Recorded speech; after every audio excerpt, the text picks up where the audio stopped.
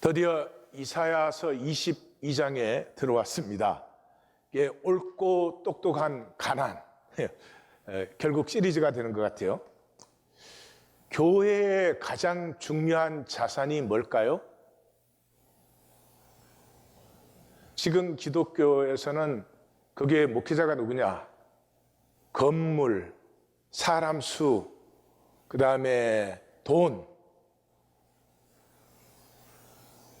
그걸 위해서 가장 중요한 자산을 버렸지요.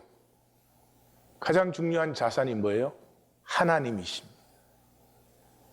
하나님이십니다. 이 말을 바꾸면 교인들의 가장 중요한 자산은 하나님이십니다. 그런데 현상적인 어떤 것들을 좀 움켜쥐어 보겠다고 하나님을 버렸어요. 종교인은 하나님에게 가장 거짓된 사람들이에요. 사람에게는 마구잡이로 거짓될 수 없잖아요. 그러니까 사람에게는 어느 정도 뭐를 지키는데 하나님에게는 완전히 거짓으로 행하는 이것이 종교인들이에요. 문제는 가난한 자는 신앙으로 살 수 없습니다. 잘못 들으신 거 아닙니다. 가난한 자는 신앙으로 살 수 없습니다. 하나님이 사람을 창조하시고 제일 먼저 하신 일이 복을 주신 일이에요. 사람은 복이 없으면 자기 자신도 이 만물도 복되게 해줄 수가 없어요. 자기가 복되어야 다른 사람을 복되게 할 수 있어요. 복이 없는 남편, 아내에게는 참 처참한 올무입니다. 복이 없는 아내, 이 남편의 길을 다 끊지요. 예. 복이 없는데 어떻게 코이노니아가 됩니까? 나 먹고 사는 것도 지금 허덕허덕 하는데 어떻게 코이노니아가 이루어져요? 하나됨 꿈도 꿀 수 없죠. 가난한 자는 무엇보다도 꿈을 못 꾸어요. 당장 먹고 사는 게 급한데 꿈이 이게 말도 안 되는 거죠. 그러므로 종교는 구원이 아니며 구원과 아무 상관이 없습니다. 구원받았다는 말은 죄사함을 받아서 복이 회복됐다는 말이죠. 죄사함을 받았으면 죄책감이 없어요. 죄책감은 종교적인 용어고 수치가 없어요. 그냥 내 모습으로 하나님 안에서 자유하고 편안할 수 있어요. 그러면 생명은 자라죠. 근데 계속 수치심에 붙들려 가지고 사람들에게 보이는 계급장 만들기에 그냥 빠져 있어요. 그러니까 다른 걸 볼 수 없죠. 예, 복이 회복됐다는 말은 더 이상 열등의식이 없다는 거예요. 내가 나로 충분해요. 피어나기 시작하고, 예, 당당하기 시작해요. 종교는 구원이 아니며 구원과 아무 상관이 없습니다. 그러므로 종교인은 불순종합니다. 왜냐하면 거짓 에고로 살잖아요. 척분이에요. 그래서 종교가 참 편합니다. 종교는 시간과 공간으로 딱 구분해가지고 이렇게 모였을 때는 마치 하나님 믿는 것처럼 행동하고 말하고 합니다. 그러나 세상 나가면 또 거기에 맞게 사는 것이죠. 이렇게 이원화를 시켰습니다. 오늘 이원화는 거짓이고 실제가 아니다 하는 것을 만날 것입니다. 가장 중요한 문제는 종교인은 신앙으로 살지 않지요. 종교 생활을 하는 거죠. 그러니까 신앙으로 살지 않으니 신앙으로 살 수 없다는 걸 못 만나요. 신앙으로 살려고 해본 사람은 나는 신앙으로 살 수 없다. 오라 공부한 사람이라도 이걸 만나게 되어 있어요. 그래서 로마서 8장을 받는 거예요. 이제 그리스도 예수 안에서는 결코 정죄함이 없는 생명의 성령의 법이 역사하는 하나님의 성령으로 하나님의 자녀가 된 합력하여 모든 것의 선을 이루는 이 8장을 종교인은 받을 수가 없어요. 왜냐하면 7장 마지막을 만난 적이 없으니까. 오라 나는 공고한 사람입니다. 절대로 절망하지 않아요. 절대로 깨어질 수가 없어요. 신앙은 생명을 누리는 거예요. 하나님의 생명 주셨으니까 생명이 피어나는 거죠. 근데 생명이 피어나려면 씨앗의 껍질이 깨어져야 되잖아요. 근데 깨어지지 않으니 절대로 싹트지 않아요. 그냥 하나를 그대로 영원한 것이죠. 이 모든 것을 종교에는 스스로 속여요. 예. 이렇게 의식하러 나오잖아요. 그래서 의식하는 것이 중심의 진실이 없는 걸 우리가 다 알죠. 그죠? 스스로 알아요.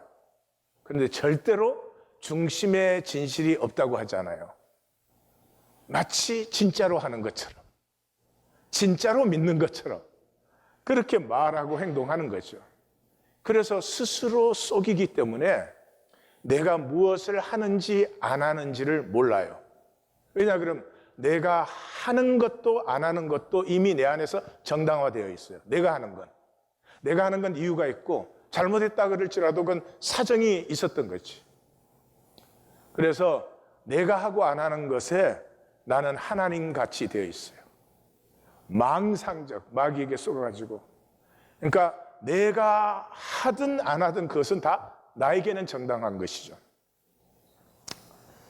그래서 사실 우리가 나누기가 다 힘들었지만 하는 것이 뭐예요?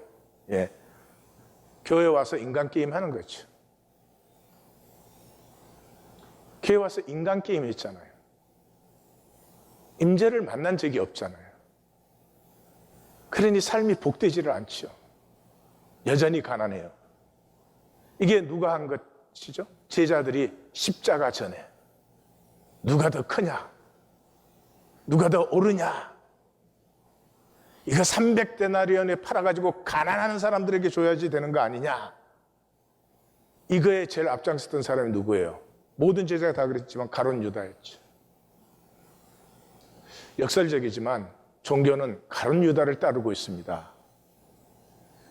우리 성경은 간두십시다. 성경은 간두고 그냥 이 세상 사람도 다 아는 성경 말씀 몇 개만 한번 보십시다.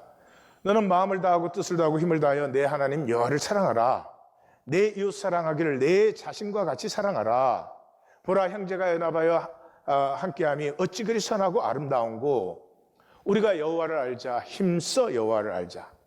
나는 긍휼을 원하고 제사를 원하지 아니하며 번제보다 하나님 아는 것을 원한다. 이것은 우리 마태복음에서 봤죠. 예수님이 사역의 2대 기둥이죠. 안식일법을 폐할 때 이 말씀 선포하셨고 정결례법을 폐할 때 이 말씀 선포하셨어요.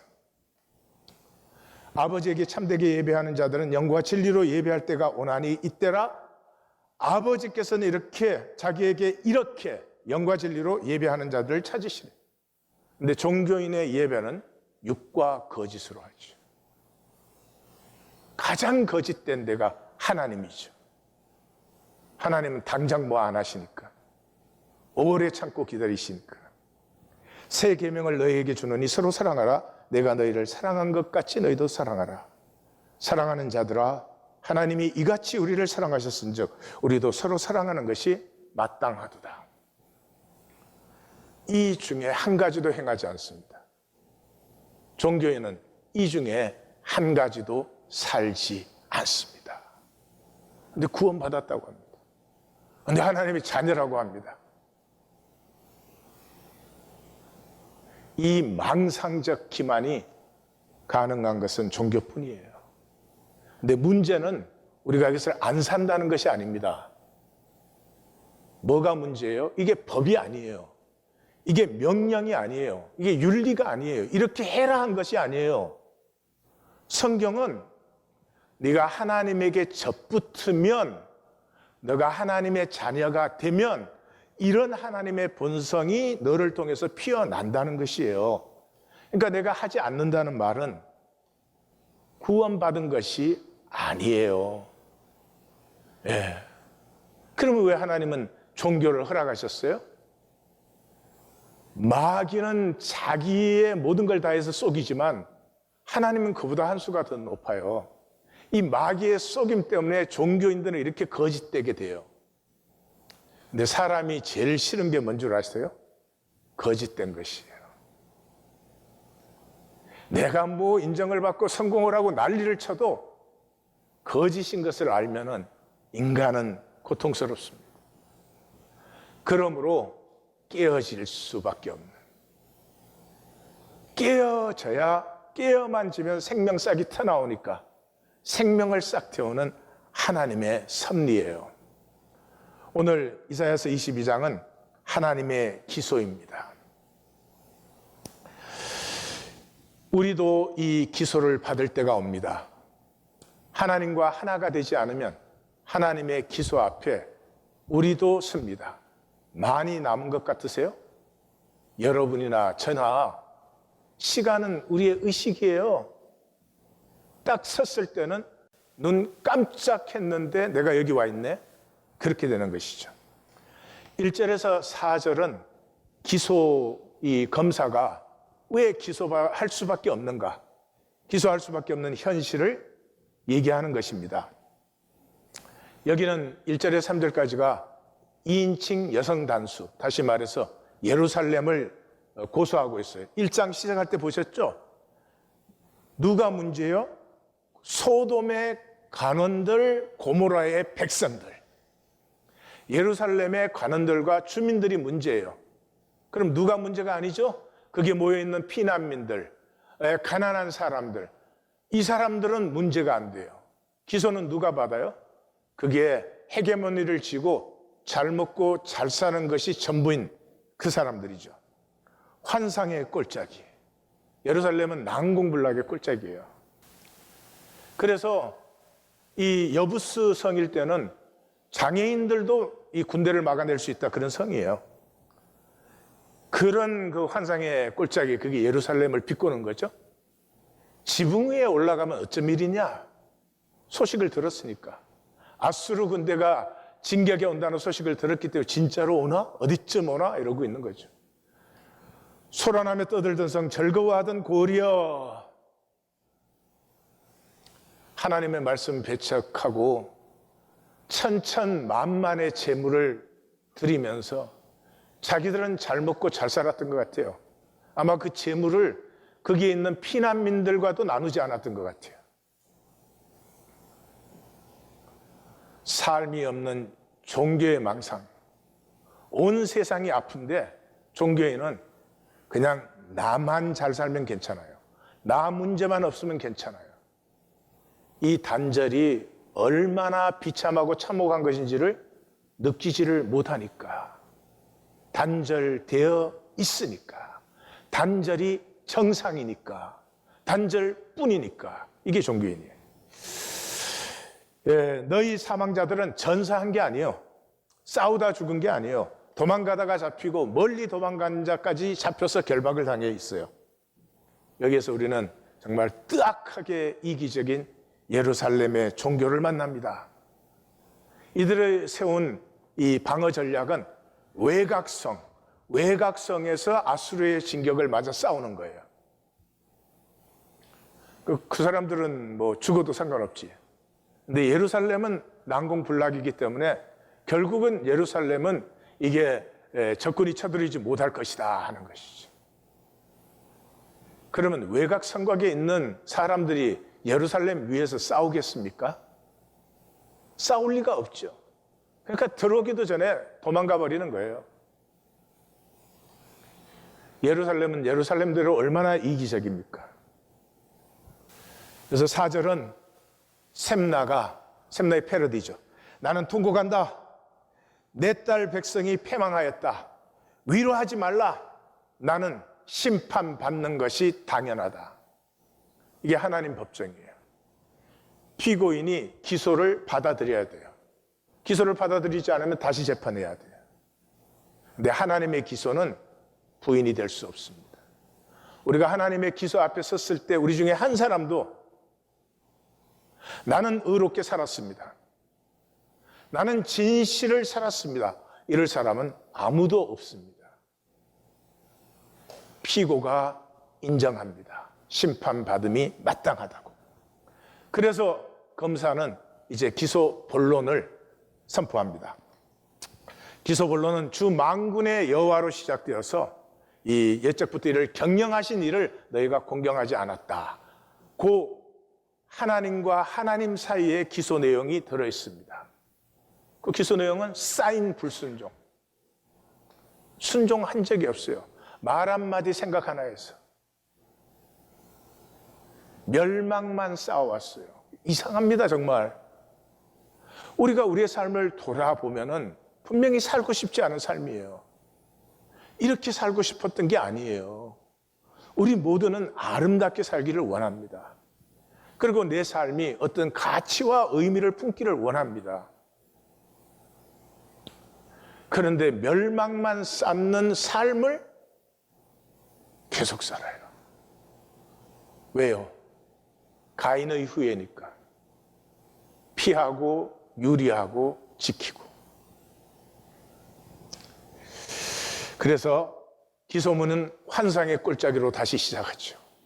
예루살렘, 주 만군의 여호와로부터 이르는 소란과 발핀과 혼란의 날에 성벽은 무너지고 산천은 애곡의 부르짖음으로 가득합니다.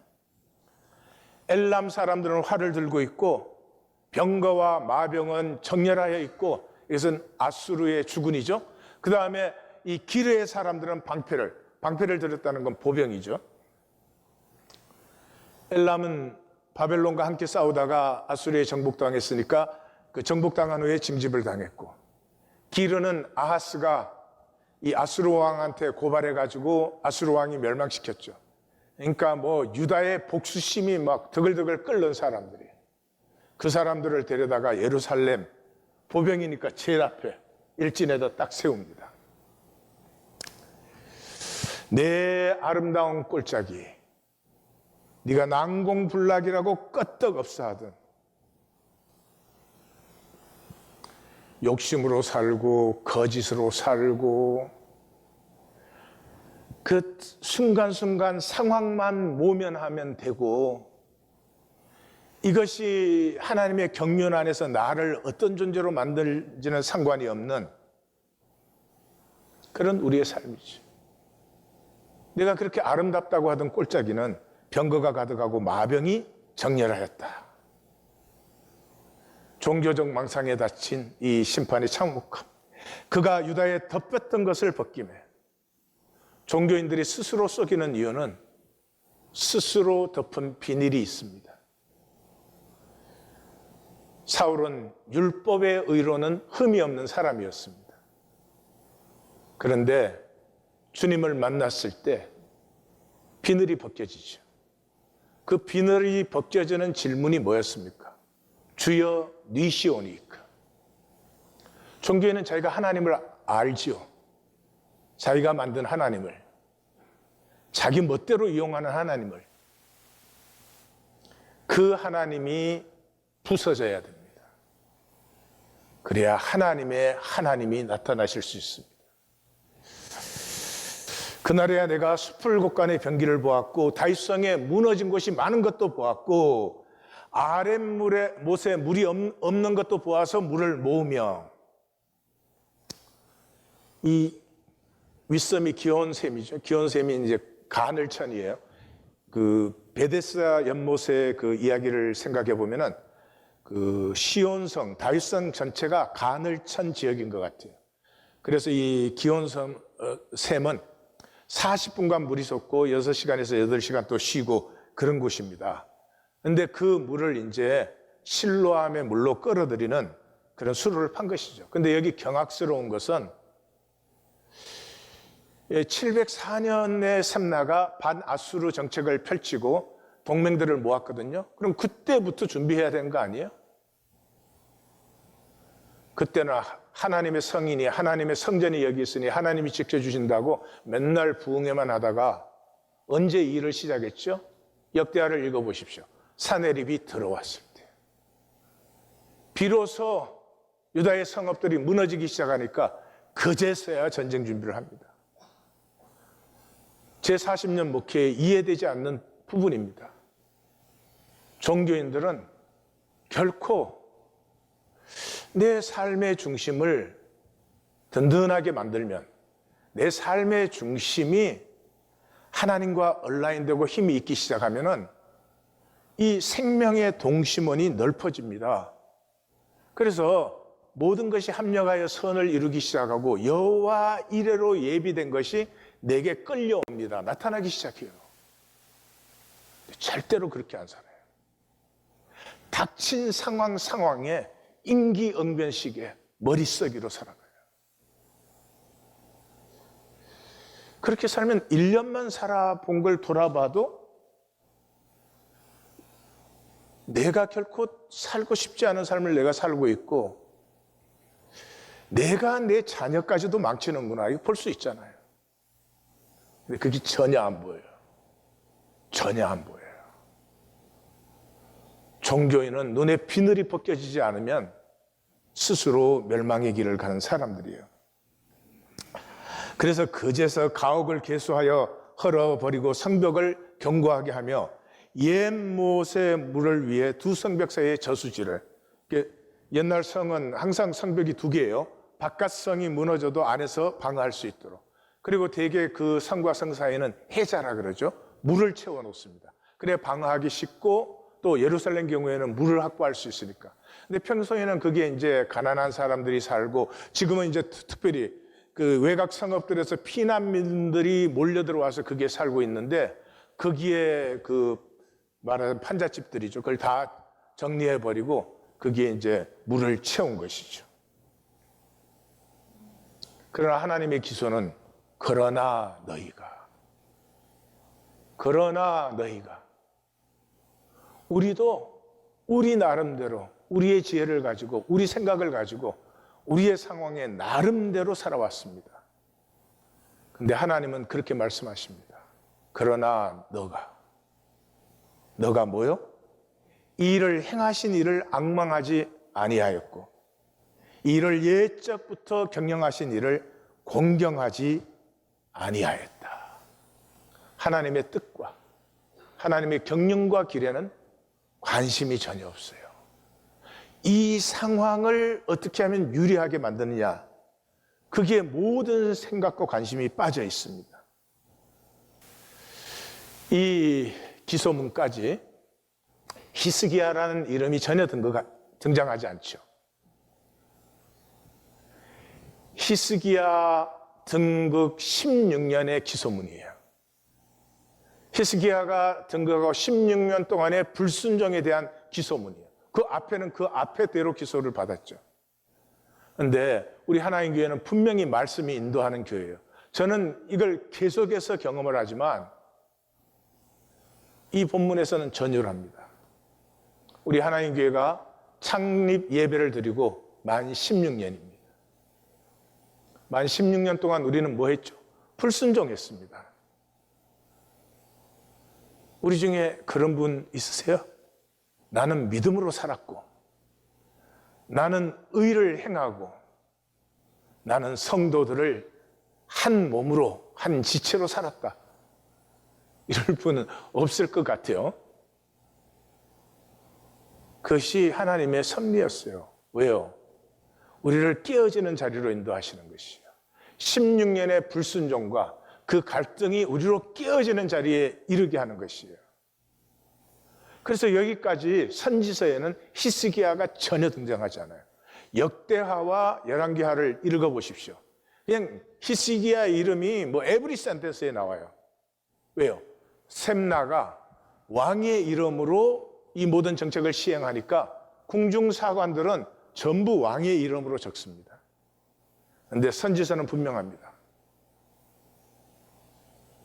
그 궁중 관리들과 사관들의 장난에 아무 상관없이 히스기야는 히스기야의 모멘트가 임하고 있습니다. 이게 36장이에요. 36장에서 처음으로 히스기야 이름이 나옵니다.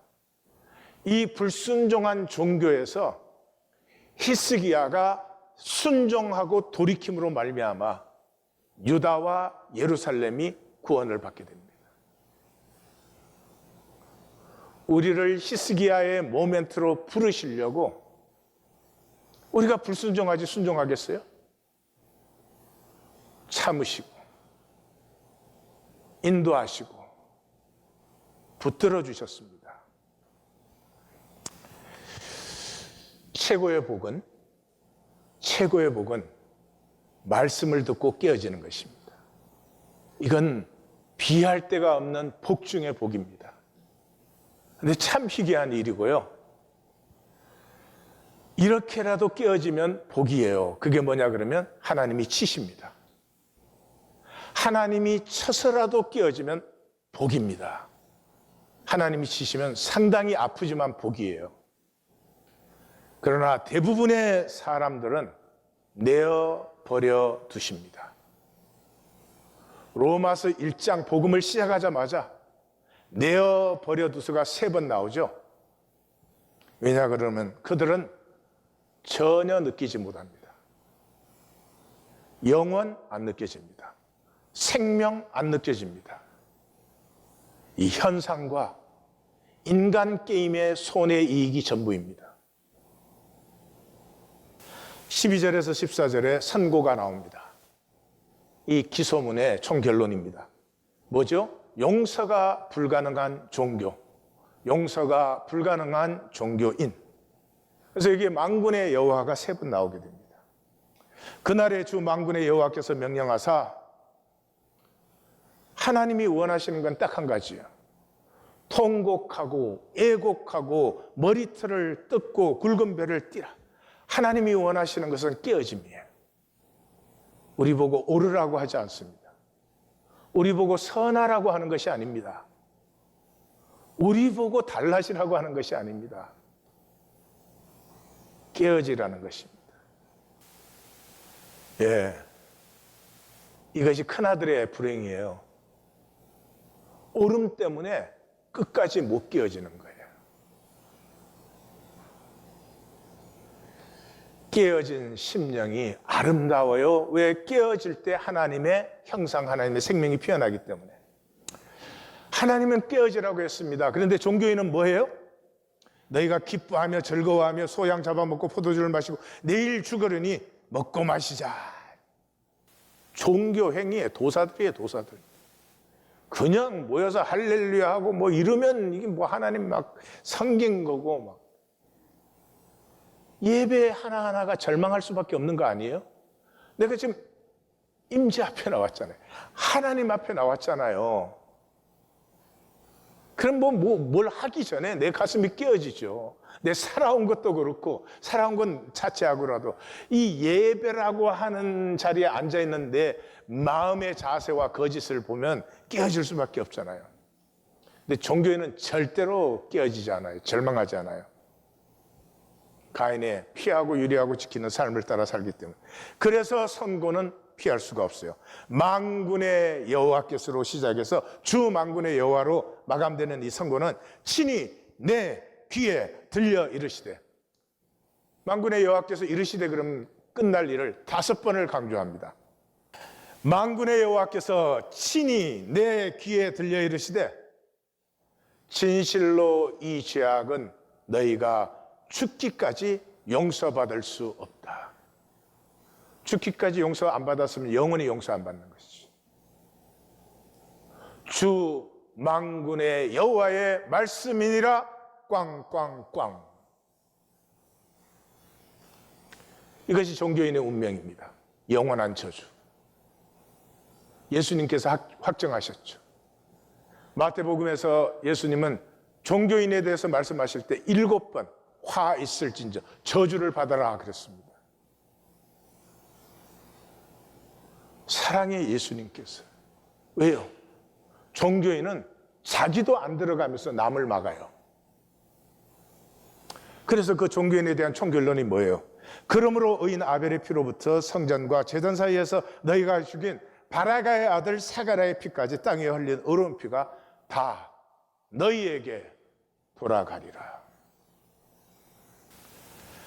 양자역학을 나눕니다. 예수님께서 돌들이 소리를 지르리라 그랬는데, 저는 기독교가 전혀 엉뚱한 얘기만 하고 있기 때문에 기도를 많이 하십시오, 하나님을 섬기십시오. 아니, 기도 많이 하고 싶지 않은 사람이 누가 있어요? 기도하기 싫어서 안 하는 거예요? 기도의 기쁨을 모르니까 안 되는 거지. 기도의 기쁨이 없는데 기도하려고 애를 아무리 써야지. 그건 혼자 그냥 난리를 치는 것이지. 하나님과 교통이 안 되잖아요. 친구에게 공의, 나는 너희와 통하지 않는다. 하나님 선포하셨잖아요. 그래서 기독교가 엉뚱한 얘기만 하고 있기 때문에 이건 하나님께서 선포하신 복음이라고 저는 생각해요. 고전 물리학은 이제 뉴턴 물리학인데 이 특징은 물질의 법칙의 절대성이에요. 그러니까 E equals mc 스퀘어, F는 force예요. ma. 그러면은 m은 mass고 a는 이제 가속도고 그러죠. 그런데 이게 이제 제 몸에도 다 이 공식대로 되는 거죠. 그런데 오늘은 내가 우울했기 때문에 E equal ma의 마이너스 알파다. 그렇게 안 돼요. 제 인격적인 면과 상관없이 그냥 물질적인 법칙은 항상 그대로 되는 거예요. 예. 왜냐 그러면 이미 단절된, 입자화돼요. 우리 세계는 우리 현상에서 보니까 이렇게 다 단절되어 있고 이렇게 개체화되어 있잖아요. 그렇지만은 실제로는 확률이에요, 확률. 실제로는 확률이에요. 자, 이하권 성도가 여기 있어요. 이하권 성도가 누구냐 하는 게 딱 결정되어 있는 것 같아요? 아니에요. 이하권 성도는 확률이에요.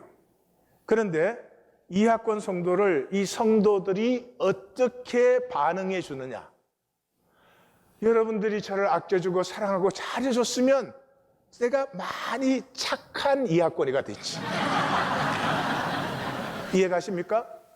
이하권이라는 어떤 이렇게 시공간의 실체가 있는 것이 아니라 나는 확률인데 어떻게 반응해 주셨느냐가 그 시간에 나의 모습을 결정을 하는 것이다. 네. 그래서 마태복음에 그런 말 있잖아요. 내가 그의 이름을 불러줬을 때 그는 내게로 와서 꽃이 되었다. 네?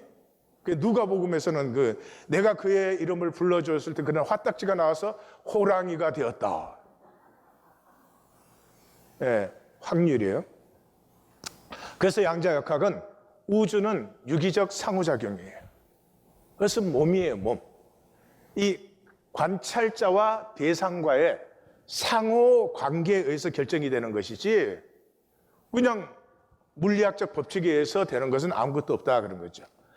여기서 중요한 것은 우주 전체는 의식이에요, 의식. 정보의 흐름이에요. 또 다른 말로 하면 에너지 파장이에요. 그래서 물질적으로는 우리는 텅 비어 있는 거예요. 수소 원자 하나를 보면은 수소 원자의 핵을 농구공만하게 확대시키면 이 핵에서 전자까지의 거리가 32km. 그러니까 지름 64km의 이 구에 가운데 농구공이 하나 있고 그때 체리가 한 열 몇 개 있어. 그럼 그건 뭐예요? 텅 빈 거죠. 그런데 그 핵과 전자 안에도 공간이 있으니까. 그러니까 그게 공간이 없다고 가정할 경우에 사람 100만 명 거를 모으면 눈곱 반만해진. 그러니까 옆에 인사 한번 하세요. Hi, empty space. 근데 잘 들으십시오. 잘 들으십시오.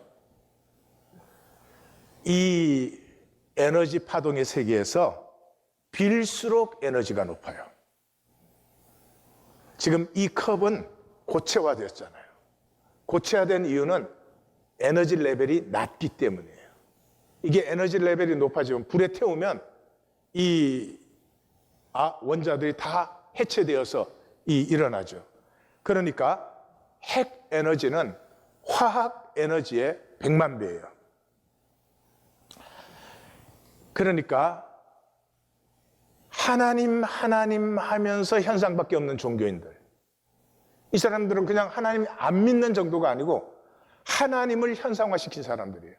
하나님을 믿는 모든 이유가 현상의 것을 위해서 믿는 거예요.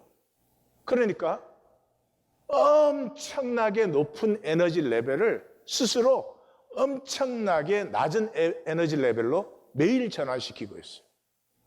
그러니까 종교에는 무기력하고 가난할 수밖에 없어요. 믿음은 바라는 것들의 실상이요 보이지 아니하는 것들의 정근이. 이 보이는 인간 게임에서 뭐를 받으세요? 에? 이 사람에게 거짓으로 얄쌍얄쌍하고 뭐 어쩌고 해가지고 뭐를 받느냐고. 하나님 이름으로 모여서까지 그걸 해요. 보이지 않는 하나님에게, 보이지 않는 하나님이 뭐예요? 말씀이죠.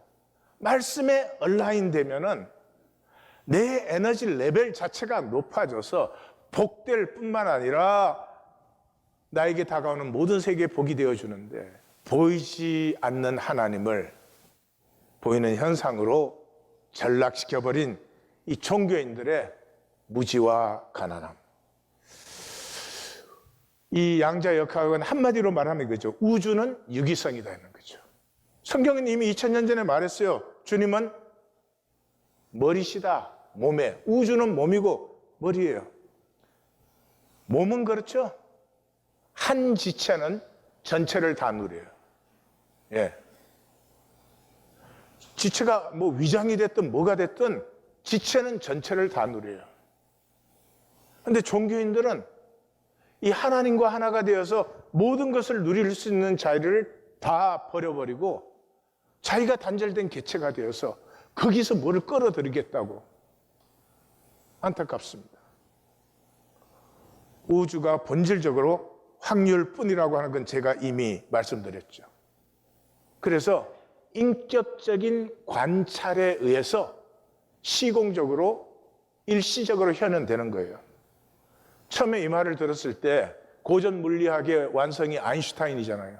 아인슈타인이 신은 주사위 놀이를 하지 않는다 그랬어요. 그랬더니 양자역학의 천재인 닐스 보어가 신에게 명령하지 마시라. 우주의 비밀은 모든 것은 그냥 확률의 파장이에요. 그것이 관찰될 때 시공 속에 이 현상으로 일시적으로 나타나는 것이죠. 단절되어 있다고 믿는 사람에게는 이것이 영향을 못 미칩니다. 그래서 1820 데일리 브레드가 임재 안에서 우리가 서로를 인식해 줄 때 어마어마한 에너지예요.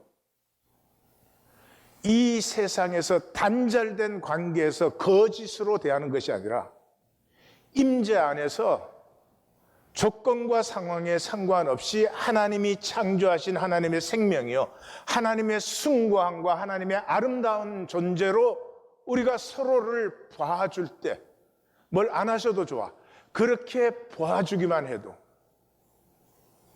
연애할 때 그 사랑해주는 사람을 만나면은 에너지 레벨이 높아지잖아요. 그 정도가 아니라니까. 이건 육적인 사랑이 아니고 존재 자체를 말씀 안에서 그 경외함의 신비로 보아줄 때, 거기에서 하나님이 피어나는 거지, 우리가 종교 생활에서 이렇게 하고 저렇게 하고 인간에게 달린 것이 아니다 이 말이죠. 이 양자의 또 도깨비 같은, 아인슈타인은 도깨비라고 그렇게 불렀어요. 도약이 퀀텀 리프예요. 이 초월성이에요. 그러니까 핵이 있고 전자가 돈다고 생각했죠, 고전 물리학에서는. 근데 전자가 도는 게 아니라 이쪽에 나타나요. 그래서 딱 관찰하려고 하면 없어지고 저쪽에 나타나요. 어디에서 나타날지 예측할 수가 없어요. 예, 이런 그 초월성을 가지고 있어요. 이걸 이제 존 스타인백이 에덴의 동쪽에서 너무나 아름답게 얘기해 주죠. 그 아담이 죽어요. 아버지가 죽어. 그런데 칼이 이제 찾아옵니다. 이 칼 때문에 형이 죽었고 엄마가 죽었고 아버지까지 죽고 있습니다. 그 칼에게 아담이 마지막 숨을 내쉬면서 Thou mayest 팀쉘 다스리라. 무슨 말이죠? 네가 어제까지 어떻게 살아왔든지 그건 상관없어. 지금 너는 선택할 수 있어. 내가 누구인지 어떤 삶을 살 것인지 지금 선택할 수 있어. 이것이 하나님 형상의 존귀함이야. 나를 비, 나를 캣. 인간을 모든 것에서 존귀하게 다르게 하는 것은 인간이 선택하는 존재라는 것이지. 이게 모세오경의 결론 아니에요? Choose life. 우리가 종교의 거짓과 절망 속에 있어도 우리의 가슴에 그게 깨어지는 순간에 우리에게서는 전혀 새로운 선택이 피어납니다. 그 다음에 불확정성의 원리예요. 이것은 위치, 운동량, 속도 이런 것을 측정할 때 하나를 측정하면 하나가 다른 것은 불확정성이 올라가 버려요. 그러니까 판단할 수 없어요. 예. 가령 사람을 볼 때 이런 상황에서 이런 자극을 받은 사람을 보고 너는 이런 사람이 이렇게 말하면 안 되는 거죠. 왜냐 그러면 이 사람이 상처에 아플 때 다른 변수들은 불확정이 되어버려요. 그러므로 너가 지금 그렇게 아파하는구나. 그렇지만 그게 너는 아니지. 이게 우주의 진실이에요. 종교인처럼 판단 정체에 능한 사람들이 어디에 있어요? 가장 높은 영성은 모릅니다예요. 내가 이 시간 이 상황에서 이 사람이 이렇게 보여도 이 일이 이렇다고 확신할 때에도 나에게 그 일이 그렇게 보였을 뿐이지 내가 그렇다 할 수는 없어요. 이게 가장 높은 영성이에요. 내가 모릅니다라고 할 때 하나님의 개입이 허용되어져요. 내가 알아서 할 테니까 쉬세요 이러면은 하나님 저 바깥에 항상 계신 거예요. 그것보다 더 이제 놀라운 게 이 양자역학을 아인슈타인이 이것 때문에 도깨비라고 그랬는데 양자 얽힘이에요. 예, 퀀텀 인탱글먼트인데 비국수성이란 말은 난 로컬이란 말이죠. 어떤 의식에 의해서 어떤 시공간 안에 이렇게 관찰되어지는 것이지 그렇다고 그게 거기에 항상 있는 건 아니라 이 말이죠. 그래서 이 빅뱅에서 터져 나오면서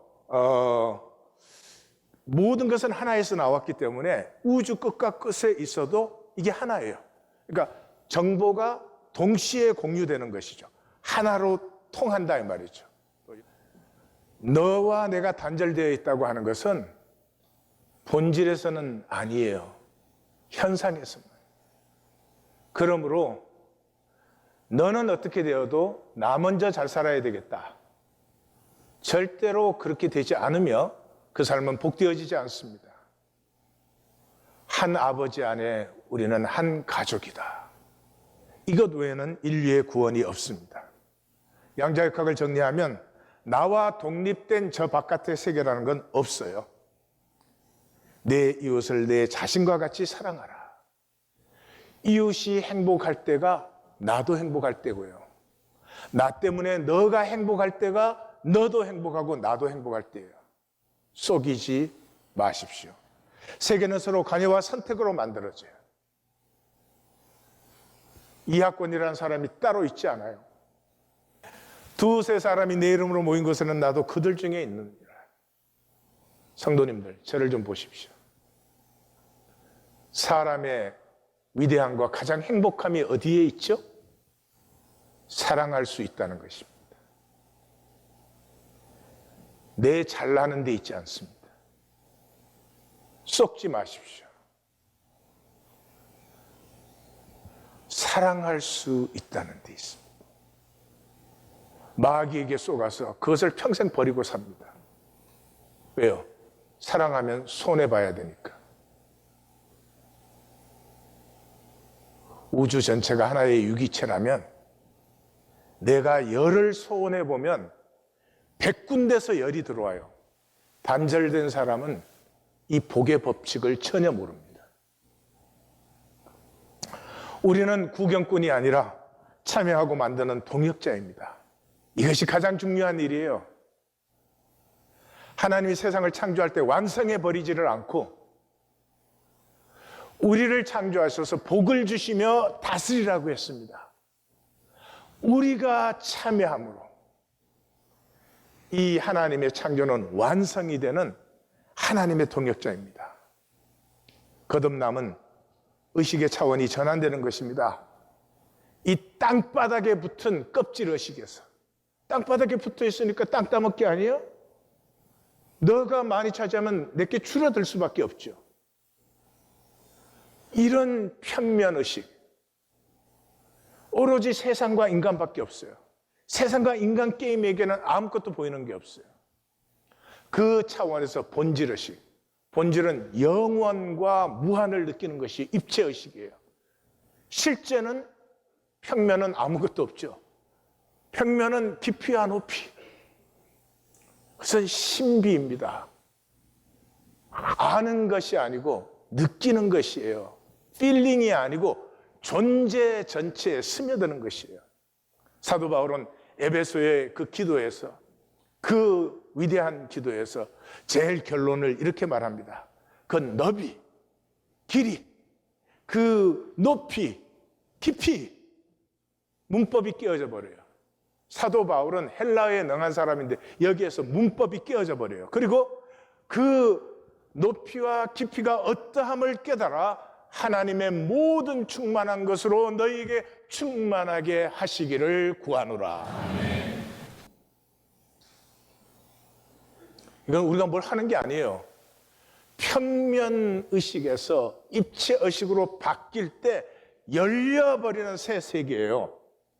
평면 의식에 대하여 깨어지지 않으면, 죽지 않으면 절대로 새 차원은 열릴 수 없습니다. 종교인은 에고입니다. 거짓자입니다.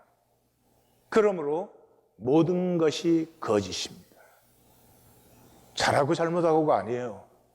평면 세계니까 어느 것도 실제가 아니에요. 그냥 그 거짓 세계에 사는 것이죠. 절망하든지 깨어지든지 각성하든지,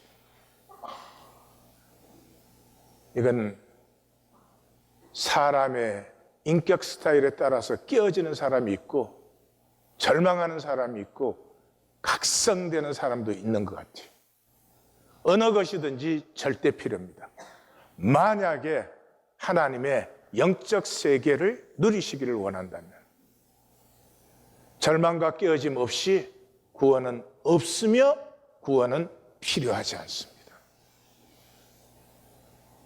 이 세상에 우리의 생명과 모든 것을 주고라도 받아야 될 것이 구원인데 구원을 필요로 느끼지 않습니다. 우리가 할 수 있는 것은 절망뿐입니다. 이것이 인간의 일입니다. 절망한 인간을 구원하는 것이 하나님의 일입니다. 그러므로 절망하면 반드시 하나님이 구원하십니다. 그런데 끝까지 내 거짓을 지키고 유지하는 것은 안타깝고 슬픈 일입니다. 지금 우리는 그대로 살 것이냐 아니면 깨어질 것이냐 하는 시간에 있습니다. 가슴으로 말씀을 만날 수 있는 용기를 주시어서 우리의 심령과 가정이 깨어지고 우리도 살고 자녀도 살리는 성도들이 되기를 주의 이름으로 축원합니다. 헤르만 헤세의 절망하게 하소서 읽겠습니다. 주여 나로 하여금 나에게 절망하게 하소서. 혼미한 모든 슬픔을 맛보게 하소서. 모든 고뇌의 불꽃을 핥게 하소서. 모든 부끄러움과 욕됨을 맛보게 하시고 내가 내 자신을 가누는 것을 돕지 마옵시며 내가 뻗어나가는 것을 보살피지 마옵소서. 그러나 나의 모든 자아가 파괴되었을 때는 당신이 그것을 파괴하셨고 당신이 불꽃과 고뇌를 낳으신 사실을 나에게 가르치소서. 왜냐하면 나는 기꺼이 멸망하고 또 기꺼이 죽을 수 있습니다. 오직 당신의 품 안에서만 죽을 수 있기 때문입니다. 하나님 안에 죽고 생명으로 거듭나는 성도들이 되십시다. 우리 함께 거듭나십시다. 절대로 이 예배 마치고 똑같이 살고 나서 다음 주에 또 똑같은 모습으로 나타나는 이런 스스로의 저주를 우리 자신에게 더 이상 허락하지 마십시다.